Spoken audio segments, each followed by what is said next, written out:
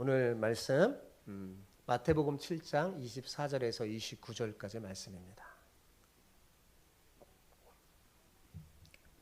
마태복음 7장 24절에서 29절. 자, 찾으셨으면 제가 한 절, 여러분 한 절 그렇게 교독하겠습니다. 제가 먼저 읽을게요.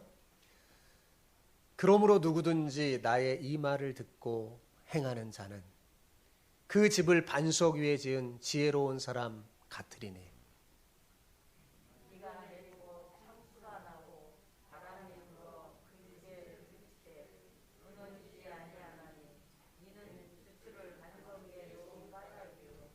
나의 이 말을 듣고 행하지 아니하는 자는 그 집을 모래 위에 지은 어리석은 사람 같으리니 비가 창수가 나고 바람이 불어 그 집에 부딪히되 무너져 그 무너짐이 심하니라. 예수께서 이 말씀을 마치심에 무리들이 그의 가르침에 놀라니 이는 그의 가르치는 것이 권위 있는 자와 같고 그들의 서기관들과 같지 아니함일러라. 아멘. 예, 오늘 말씀의 제목은 무너지지 않는 믿음의 비밀입니다.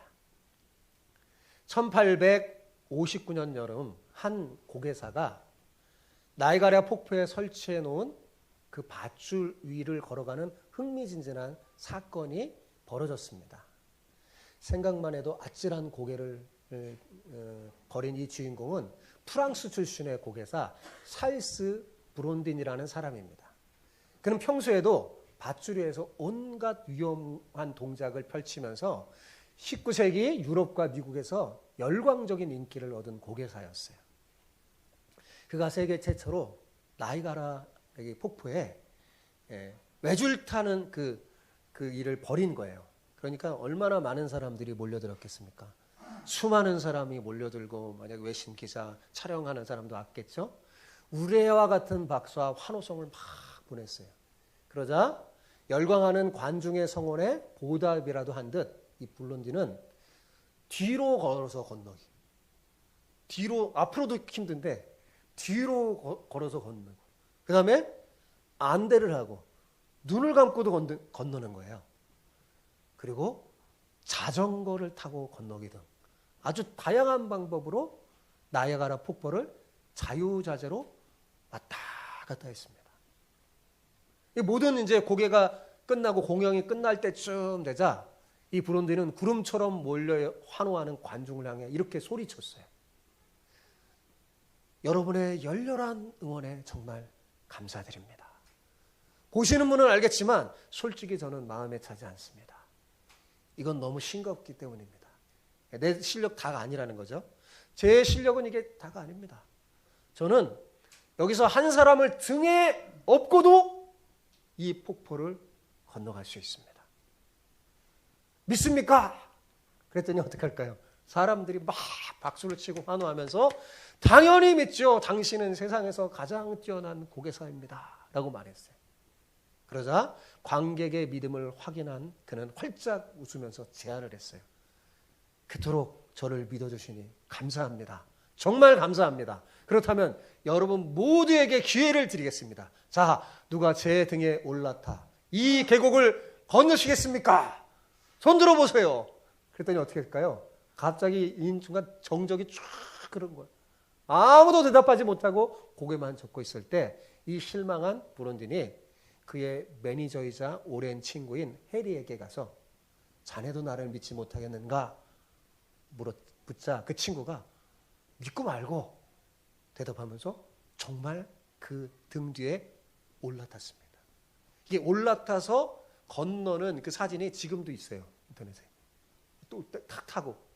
그리고 정말 무사히 계곡을 건너갔다고 합니다. 참 놀랍죠? 자, 제가 이 이야기를 왜 할까요? 여러분, 이 이야기는 우리에게 믿음이 무엇인지 보여줍니다. 자, 우리가 누군가를 진정으로 믿는다면 그를 신뢰하여 그의 말에 기꺼이 따를 겁니다. 그렇죠? 그러나 말로는 믿는다고 하면서 따르지 않는다면 그 믿음은 머지않아 무너지고 말 겁니다. 왜요? 그건 진짜 믿음이 아니니까요. 예수님을 믿는 것도 여러분 마찬가지입니다. 우리가 예수님을 믿는다고 하면서도 그 주님을 따르지 않는다면 그건 정말로 믿는 것이 아닙니다. 우리가 아무리 예수님을 믿으며 그분을 사랑한다고 감동적인 그런 맹세를 해도 이를 행동으로 뒷받침해 주지 못한다면 우리의 믿음과 고백은 결국 마음에도 없는 공수표로 드러날 뿐인 거예요. 그죠? 예. 예. 늦게 오신 분들은 다시 설교를 들으세요. 다시 앞부분에서 들으시기 바랍니다. 예. 여러분, 되게 우리가 뭔가를 사실로 받아들이는 것을 믿음이라고 생각해요. 그죠? 하지만 성경에서 말하는 믿음은요, 단순히 머리로 받아들이거나 감정적으로 인정하는 것이 아닙니다. 믿음의 대상을 실제로 따라야지 진정한 믿음이에요. 여러분, 복음서 마태, 마가, 누가, 요한 이 4복음서에 보면 예수님께서 나를 믿으라 라고 말씀하신 그 말씀이 4번 정도밖에 안 돼요. 나를 믿으라. 그런데 나를 따르라 라는 말씀은 몇 번이나 한 줄 아세요? 네, 안 세봤으니까 잘 모르겠죠. 자그마치 20번 정도입니다. 지금 제가 따르는 것이 믿는 것보다 중요하다는 말을 하는 게 아닙니다. 그 둘이 밀접한 관계가 있다는 말이에요. 마치 영혼과 몸과 같이 말입니다. 영혼 없는 몸이 죽은 것 같이 행함이 없는 믿음은 죽은 것이니라 라고 했던 이 야고보 기자의 경고는 우리로 믿음을 깊이 생각하게 만듭니다. 자, 옆 사람에게 축복하면 인사합시다. 주님을 따름이 무너지지 않는 믿음의 비밀입니다. 아셨죠? 자, 한번 해봅시다. 인사 시작. 주님을 따름이 무너지지 않는 믿음의 비밀입니다. 무너지지 않는 믿음의 비밀이 뭐라고요? 주님을 따름이. 자, 그러므로 라고 시작하는 오늘 본문은 산상수훈 전체의 결론이에요. 예수님은 앞에서 우리에게 좁은 문으로 들어가서 좁은 길을 걸으라고 했으면서 거짓 선지자를 조심하라고 했습니다. 그리고 하늘 아버지의 뜻대로 행하는 사람만이 하나님 나라에 들어갈 수 있다고 말씀했어요. 이제 예수님은 이 세 이야기를 하신 후에 마지막 교훈을 통해서 결론을 맺고 있는 거예요. 이는 앞에 나온 3가지 교훈의 반복인 동시에 산상수훈 전체의 결론이라고 할 수 있어요. 결론을 잘 들어야지 앞에 말씀이 이제 꽤 맞춰서 들어오는 거죠. 오늘 말씀 정말 잘 들어야 돼요. 자, 산상수훈 결론에 해당하는 이 오늘 본문 말씀을 여러분이 정말 잘 이해하려면 먼저 오해하지 말아야 할 것이 있습니다. 그것은 본문을 인간의 행함을 강조하는 비유로 듣는 겁니다. 얼핏 본문을 읽으면 인간의 행함을 강조하는 비유처럼 들려요. 그래서 오해합니다. 자, 제가 결론적으로 말하면 본문은 인간의 행위를 강조하면서 믿음만이 아니라 율법의 행함이 있어야지 구원을 얻을 수 있다는 말씀이 아닙니다. 오히려 그 반대로 진정한 믿음이 무엇인가를 알려주는 거예요. 뭐를 알려주는 거라고요? 진정한 믿음. 믿음 얘기하는 거예요, 사실. 믿음 얘기하는 거예요. 자, 오늘 본문에 앞서서 예수님이 하신 말씀을 자세히 살펴보면 진짜 믿음과 가짜 믿음에 대한 이야기만 알 수 있어요. 그죠? 가짜 믿음을 가진 거짓 선지자를 조심하라는 거죠. 그죠? 가짜 믿음을 가진 못된 나무를 분별하라는 거예요. 그죠? 이것은 겉으로 드러난 행위로는 구별하기가 굉장히 어렵습니다. 이들은 예수님을 주여 주여 부르면서 자신들의 행한 목록을, 행위가 있어요. 자신이 행한 목록을 주님 앞에 제시했어요. 자, 그 목록이 뭡니까? 주의 이름으로 행한 선지자 노릇. 그죠? 그리고 주의 이름으로 귀신을 쫓아낸 일. 그리고 주님의 이름으로 행한 많은 권능입니다. 자, 이들이 행함이 있어요, 없어요? 있어요, 없어요? 행함이 있죠. 자신들의 행한 행함의 목록을 예수님 앞에 내어놨어요. 그들은 이 목록을 제시하면서 자신의 행함을 자랑했습니다. 주님, 우리가 주의 이름으로 선지한 노릇했고 주의 이름으로 귀신도 쫓아내고 주의 이름으로 많은 권능을 했습니다. 내놨어요. 그런데 여러분도 아시다시피 이들의 행함은 어떻게 됐어요? 주님에 의해서 부정당하고 기각당했죠. 왜 그랬을까요, 여러분? 그것은 믿음으로 행한 것이 아닌 불법이요 가짜였기 때문에 그렇습니다. 그들의 행함은 참된 믿음에서 나온 게 아니었어요. 자, 그들은요 사람에게 보이려고 행하는 그 외식에서 비롯된 행함이었어요. 그래서 그들은 선지자 노릇하며 기도할 때 어떻게 했어요? 사람에게 보이려고 회당과 큰 거리 어귀에서 했습니다. 그리고 하나님이 주신 그 율법을 사람의 계명으로 바꿔서 사람 정죄하기에 바빴어요. 나는 이렇게 사는데 너는 그렇게 살지 못한다. 주의 율법을 가지고 막 사람들을 정죄했습니다. 그리고 금식할 때도 나는 이렇게 거룩하게 하나님 앞에 금식한다 라고 사람에게 보이려고 일부러 더 힘든 척 얼굴을 흉하게 했어요. 또한 하나님과 재물을 겸하여 섬기면서 보물을 땅에 쌓아뒀습니다. 그런데 이들이 겉으로 드러난 그 행함은 사람들이 보기에 좋아 보였기에 많은 사람들이 그들을 인정해주고 박수를 치면서 존경까지 했어요. 그런데 사람의 중심을 보시는 예수님의 눈에는 어때요? 가짜임이 분명히 다 보였던 겁니다. 그래서 주님은 그들에게 뭐랍니까? 나는 너희를 도무지 모른다. 불법을 행하는 자들아 어떻게 했어요? 내게서 떠나가라고 호통친 겁니다. 여러분, 우리 눈에는 다 같은 행위처럼 보이지만 실제는 굉장한 차이가 있습니다. 기억하세요? 참된 믿음에서 나오지 않는 행위는요, 아무 소용이 없어요. 어디에서 나오지 않는 행위요? 참된 믿음에서 나오지 않는 행위는 어떻게 해요? 아무 소용 없습니다. 예를 들어서 여러분 이해하기 쉽게 제가 한번 예를 들어보는 거예요. 예를 들어서 결혼식 날 신랑이 가족과 친자 하객 앞에서 신부에게 이렇게 말했어요. 나는 죽음이 우리를 갈라놓을 때까지 오직 당신만을 사랑하겠습니다. 그렇게 라고 했다고 칩시다. 그리고 결혼 후에도 이 신랑은요, 신부를 위해서 많은 선물을 하고 감동적인 이벤트를 통해서 신부를 기쁘게 하는 행위를 굉장히 많이 했어요. 그런데 사실은 그 신랑이 속으로 다른 여인을 사랑하며 바람을 피웠다면 여러분, 그 신랑은 과연 이 신부를 사랑한 게 맞습니까? 맞아요? 절대로 아니죠. 네. 아무리 사랑한다고 눈물을 흘리며 고백하고 많은 선물과 감동적인 이벤트를 베푼다 해도 그것이 가짜라면 무슨 소용이 있겠습니까? 참사랑에 빠진 행위를 받아줄 신부가 이 세상에 어디 있겠어요? 중요한 것은 그 사람의 행위가 참사랑과 믿음에서 나온 것인지 아닌지입니다. 자, 그리고 이제 오늘 본문을 살펴보세요. 24절을 보세요. 자, 24절 같이 읽어보겠습니다.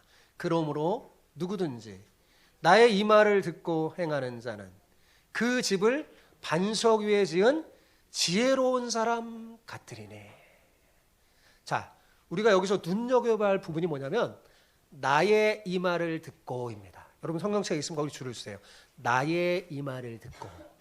자, 예수님은 단순히 이렇게 말하지 않았어요. 율법을 듣고 행하는 자는 반석 위에 지은 지혜로운 사람 같은, 이렇게 말하지 않았어요. 그죠? 율법을 듣고 행하는 자 이렇게 말하지 않고 뭐라고 말했어요? 나의 이 말을 듣고 행하는 자라고 말했어요. 이게 굉장한 차이가 있습니다. 자, 나의 이 말이란 뭐냐? 마태복음 5장에서 7장까지 예수님이 설교하신 말씀을 의미하는데 한마디로 말하면 율법의 본래의 정신인 하늘 아버지의 뜻이 담긴 하나님 나라의 복음입니다. 예수님은 이 복음을 듣고 행하는 자는 반석 위에 집을 지은 지혜로운 사람 같다고 했어요.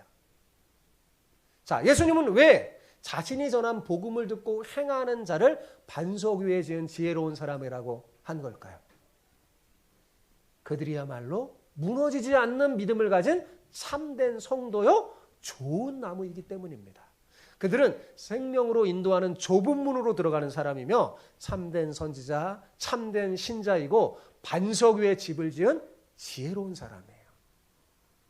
자, 반면에 26절을 보세요. 26절 같이 읽어봅시다. 나의 이 말을 듣고 행하지 아니하는 자는 그 집을 모래 위에 지은 어리석은 사람 같으리니. 자, 24절과 반대로 예수님은 뭐라고 그랬어요? 이 복음을 듣고 행하지 않는 자, 예수님의 말을 듣고 행하지 않는 자는 어떤 사람 같다고요? 모래 위에 지은 어리석은 사람 같다고 했어요.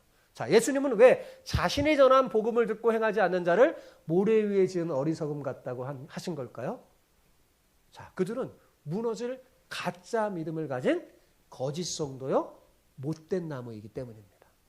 그들은 멸망으로 인도하는 넓은 문으로 들어가는 사람이고 거짓 선지자, 거짓 신자, 모래 위에 집을 지은 어리석은 자입니다. 자, 이 본문 말씀을 대하면서 사람들 대부분은 이렇게 생각해요. 야, 우리는 집을 짓는 사람이구나.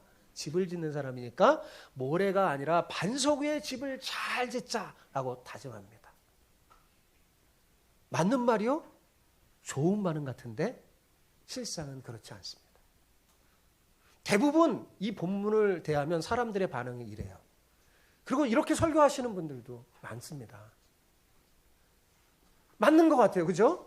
야, 우리는 집을 짓는 사람이다. 모래가 아니라 반석 위에 집을 잘 짓자. 잘 짓고 잘 짓세. 잘 져야 된다. 그렇게 말하잖아요. 근데 여러분, 오늘 본문을 아무리 살펴봐도 집을 잘 짓자라는 말이 없습니다. 예수님이 집을 잘 져야 한다 이렇게 말합니까? 예수님은 뭐라고 말했냐면 그 집을 반석 위에 지은 지혜로운 사람, 그 집을 모래 위에 지은 어리석은 사람이라고 했지 집을 잘 져야 한다고 하지 않았어요. 자, 본문에서 나온 두 사람 다 어떤 사람이요? 이미 집을 지어 그곳에 사는 사람이에요. 그죠? 이미 집을 지어서 그곳에 사는 사람. 다만 그 집에 지은 기초만 다를 뿐입니다. 한 사람은 어디예요? 반석이고 한 사람은 모래일 뿐이에요. 앞으로 집을 잘 짓자가 아니에요. 그죠? 이미 집을 지은 그 집에 사는 자 두 사람을 비유했어요. 자, 그렇다면 반석은 무엇이고 모래는 무엇일까요? 대부분 설교자와 주석책들을 보면 반석은 예수 그리스도라고 해석합니다. 왜냐하면 성경에 나오는 반석이라는 말이 대체로 예수 그리스도를 비유할 때가 많기 때문입니다. 그렇다면 모래는 예수 그리스도 외에 다른 것들이라고 할 수 있죠. 일리가 있는 해석입니다. 그런데 이것은 여러분 본문 중심의 해석이 아니에요. 오늘 본문을 자세히 살펴보세요. 다시 봅시다. 본문은 우리가 헷갈리지 않도록 반석이 무엇을 비유하고 모래가 무엇을 비유하는지 알려주고 있어요. 그죠? 본문 잘 봐보세요. 반석이 무엇을 비유합니까? 예? 예수님의 이 말을 듣고 행하는 것. 그죠? 그거 비유하는 거예요. 그러니까 반석이 뭐예요? 예수님의 이 말을 듣고 행하는 게 반석이에요. 그죠? 그렇다면 모래는요? 예수님의 이 말을 듣고 행하지 않는 게 모래예요. 분명하죠? 그냥 본문에 그냥 분명하게 나와 있어요. 사람들이 근데 오래 이 본문 중심으로 해석을 하지 않고 쌓였던 지식을 가지고 하다 보니까 오해가 생긴 거예요. 자, 그렇다면 여러분, 왜 예수님의 이 말을 듣고 행하는 것이 반석에 비유될 수 있는 걸까요? 그것이 무너지지 않는 참된 믿음의 증거이기 때문입니다. 뭐라고요? 무너지지 않는 참된 믿음의 증거요. 이것은 앞서 그가 좋은 나무인지 못된 나무인지 열매로 알리라는 말과 같은 의미입니다. 예수님의 마지막 이 비유는 앞에 세 가지 비유의 반복이에요. 다 연결되어 있는 거예요. 자, 이와는 반대로 예수님의 이 말을 듣고 행치 않는 것이 왜 모래에 비유됐느냐? 그것은 무너지는 가짜 믿음의 증거이기 때문에 그렇습니다. 그러니까 본문의 비유는 앞에서 말했듯이 인간의 행함을 강조하는 게 아니라 뭐예요? 진정한 믿음이 무엇인지 알려주는 거예요. 뭐가 진짜고 가짜인지 단순히 집을 짓는 행위가 중요한 게 아닙니다. 그 행위가 어디에 기초를 두고 있는지 그게 중요한 거죠. 진정한 믿음 없이는 어떠한 행함도 아무 의미가 없는 겁니다. 없는 거예요. 자, 둘 다 행함이 있었죠. 그죠? 근데 한 사람은 예수님을 사랑하여 예수님의 말대로 행했어요. 그죠? 한 사람은 예수님의 말대로가 아니라 자기 생각과 자기 뜻대로 행한 거예요. 지금 그걸 비유하는 거예요. 근데 그 중심의 깊은 뿌리에는 뭐가 들어가는 거예요? 예수님을 사랑하고 믿는 사람. 예수님을 사랑하지 않고 믿지 않는 사람. 그게 갈라지는 거예요. 거기에 갈라지는 거예요. 평상시에는 모래 위에 지은 집과 반석 위에 지은 집은 구별하기가 매우 어렵습니다. 겉으로는 드러난 집 모습이 유사하기 때문입니다.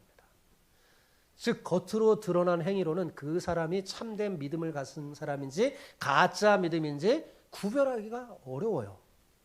그런데 결국 그 정체가 드러날 때가 있어요. 언제 드러날까요? 오늘 본문에 예수님이 말씀해 주셨어요. 비가 내리고 창수가 나고 바람이 불 때 드러나요.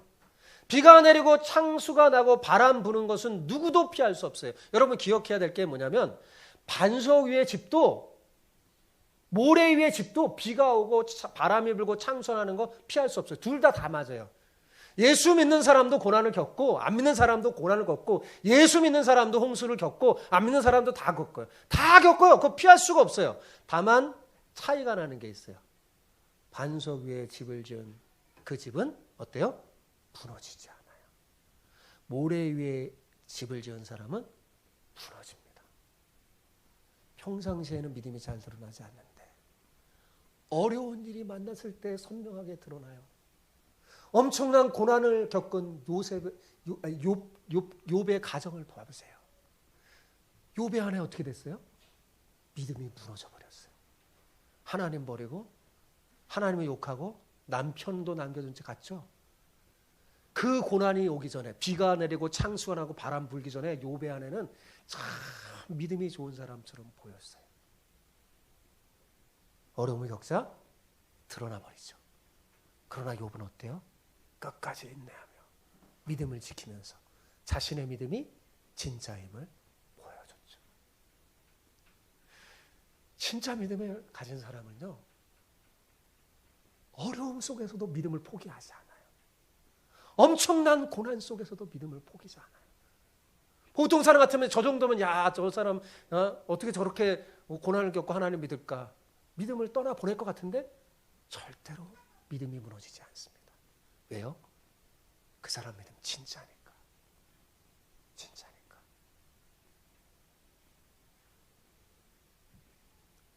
예수님은 지금 그 이야기 하는 겁니다.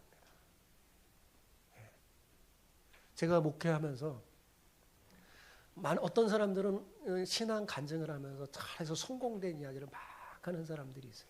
그런 사람들은 보면 아주 소수입니다. 1%도 안 돼요. 근데 대부분의 성도들은 엄청난 고난 속에서도 그 고난이 해결되지 않은 속에서도 지내는 성도들이 많은데 목회자인 제가 감동받는 건 뭐냐면 그들은 그래도 믿음을 포기하지 않습니다. 믿음이 부러지지 않아요. 야, 진짜구나.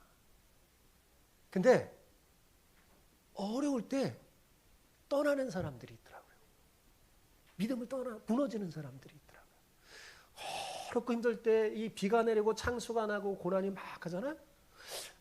정말 믿음이 좋아 보였는데 정말 믿음의 사람인데 막 하나님을 욕하고 버리고 떠나버리는 사람이 있어요. 어려울 때 드러나는 겁니다. 힘들 때 드러나는 거예요. 네. 근데 저는 우리 교회는 유독 정말 어렵고 힘든 사람 너무너무 많아요. 근데 여러분 진짜 같아요. 믿음을 버리지 않으니까요. 진짜 믿음은 무너지지 않습니다. 무너지지 않아요. 왜요? 주님을 사랑하고 믿는 그 믿음. 주님을 사랑하는 그 믿음의 기초 위에 여러분이 세워졌기 때문에 그렇죠. 자, 28절, 29절을 보십시오. 같이 읽어보겠습니다. 예수께서 이 말씀을 마치시매 무리들이 그의 가르침에 놀라니 이는 그의 가르치는 것이 권위 있는 자 같고 그들의 서기관과 같이 아니함이로라. 예수님의 가르침에 무리의 반응이 뭐였습니까? 놀라는 거였어요. 놀람 그 자체예요. 왜냐하면 그 말에 길과 진리가 있고 생명과 권세가 있었기 때문입니다. 사실 예수님은 30살 간 넘은 젊은 사람이었어요.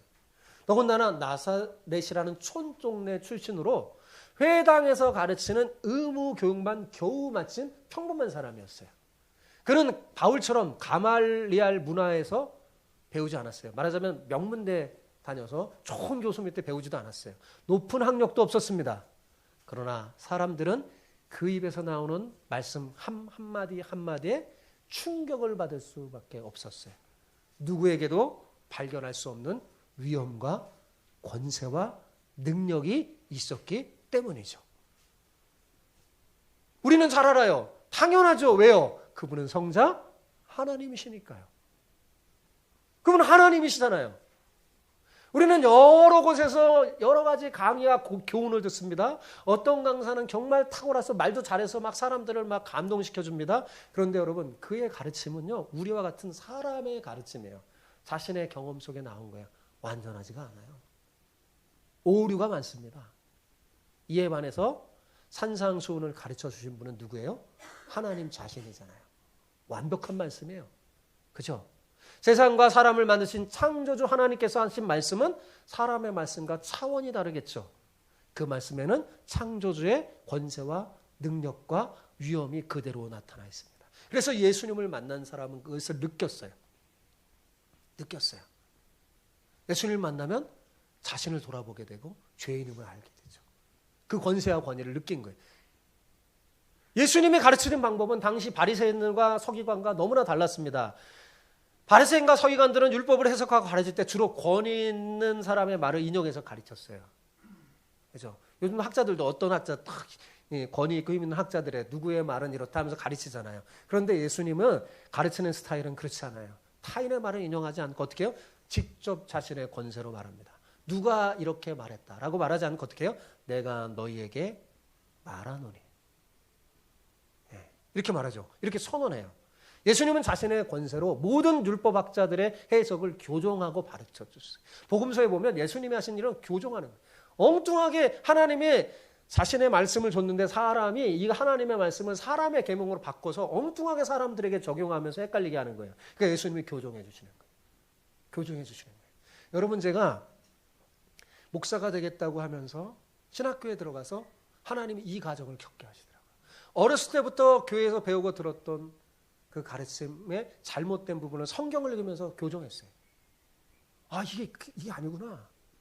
하나님의 말씀이 이거였구나. 성경을 뵙고 이 신학을 배우면서 제 신앙을 교정했습니다.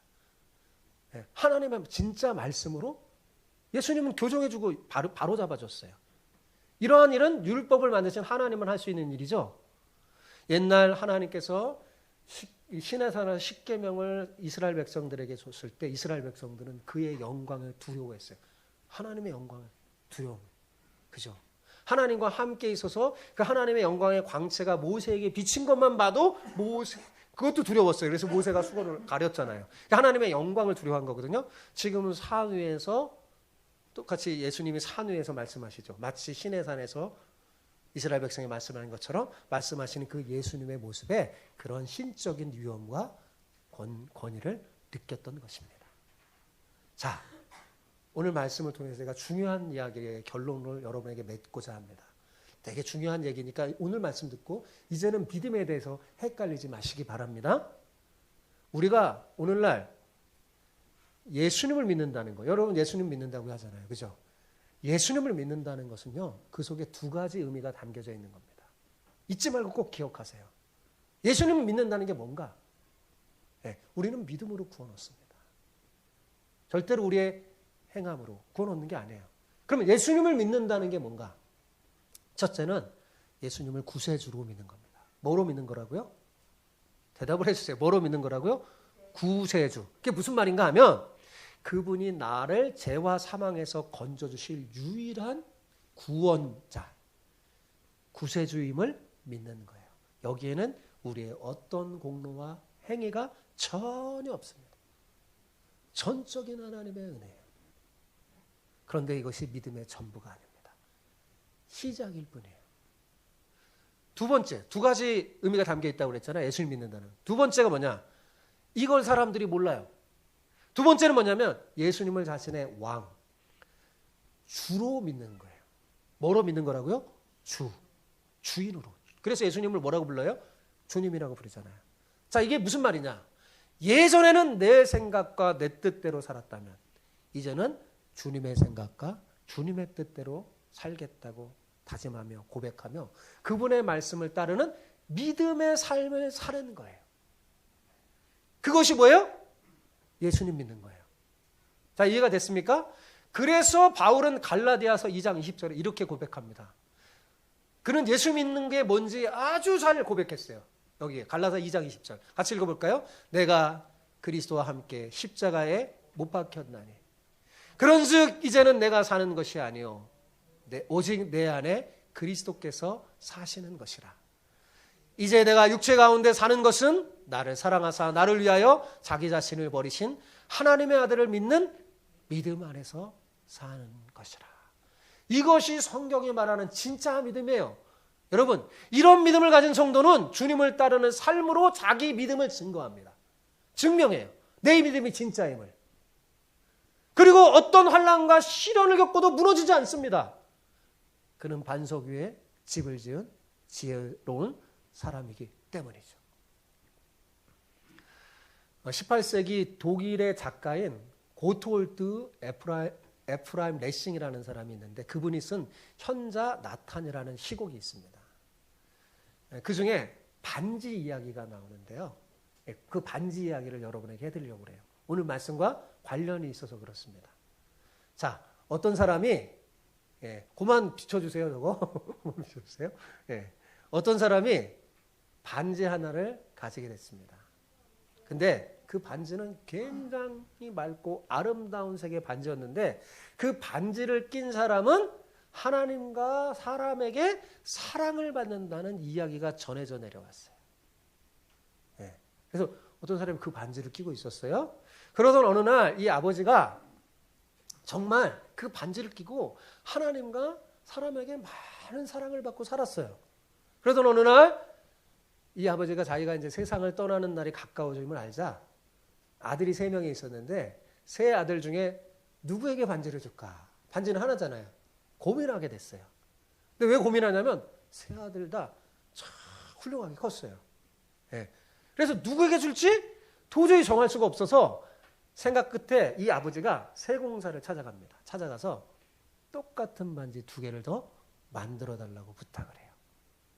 이 솜씨 좋은 세공사는 구별할 수 없을 정도로 똑같은 반지를 만들었었어요. 그리고 이 아버지는 삼형제를 각각 은밀히 불러서 하나씩 반지를 줬어요. 그럼 이 형제들은 어떻게 생각했을까요? 야, 아버지가 나에게 특별히 반지를 주셨구나. 얼마나 좋았겠어요. 나에게 반지를 줬구나 하고 기뻐하면서 그러고 살았는데 이제 아버지가 돌아가시자 형제들이 보니까 다 반지를 끼고 있는 거예요. 다 똑같은 반지를 끼고 있다는 걸 알게 됐어요. 어떻게 된 의문인지 의문이 든 이 형제들은 자기 반지 말고는 상대방의 반지는 가짜라고 생각한 거야. 내 반지가 진짜지. 저 형 동생은 가짜일 거야. 그래서 서로 막 그렇게 생각하니까 진짜 반지를 구별하기 위해서 재판관에 찾아갑니다. 그 재판관도 아무리 봐도 모르겠어요. 뭐가 진짜 반지인지 뭔지 도저히 재판관이 뭐 어떻게 알겠어요. 구별할 수가 없고 고민하다가 문득 생각이 떠올랐어요. 이 반지를 소유한 사람은 하나님의 사랑을 받고 사람들에게도 사랑을 받는다고 했지. 그러니까 누가 진짜 반지의 주인인지는 이들의 삶을 보면 알겠구나 라고 생각하자 재판관은 형제들을 불렀어요. 그러면서 이렇게 말하는 겁니다. 너희들이 진짜 반지를 받았다고 생각해라. 나도 잘 모르겠는데 누가 진짜 반지인지 너희들이 진짜 반지를 받았다고 생각하고 그 반지를 현실화시키기 위해서 노력해봐라. 그러면 누가 진짜인지 알게 될 거야 라고 말해줬다는 거죠. 진짜 현자예요. 현자 나타내. 예. 여러분, 진짜 믿음은 오직 삶으로만 증명되는 겁니다. 열매로 알리라. 그랬죠. 만약 예수님을 믿은 후에, 여러분이 예수님을 믿은 후에 더러웠던 삶이 깨끗하고 거룩해지고 깨어진 마음들이 회복되고 삶의 지향이 하나님 나라와 그 의를 추구한다면 여러분의 믿음은 진짜입니다. 예, 진짜라고 생각해도 돼요. 비록 반제 같은 게 없어도 삶의 변화가 있다면 그거 진짜입니다. 여러분 자신이 더 잘 알겠죠. 그리고 다른 사람이 진짜인지 아닌지는 관심 갖지 마세요. 예. 겉으로는 모른다니까요. 예, 하나님 아시죠. 근데 그 드러나는 삶으로 내 자신을 판단할 수 있어요. 사랑하는 성도 여러분, 무너지지 않는 믿음의 비밀을 여러분에게 자세히 알려드릴 테니 이제 잘 새겨듣기 바랍니다. 그게 뭐냐?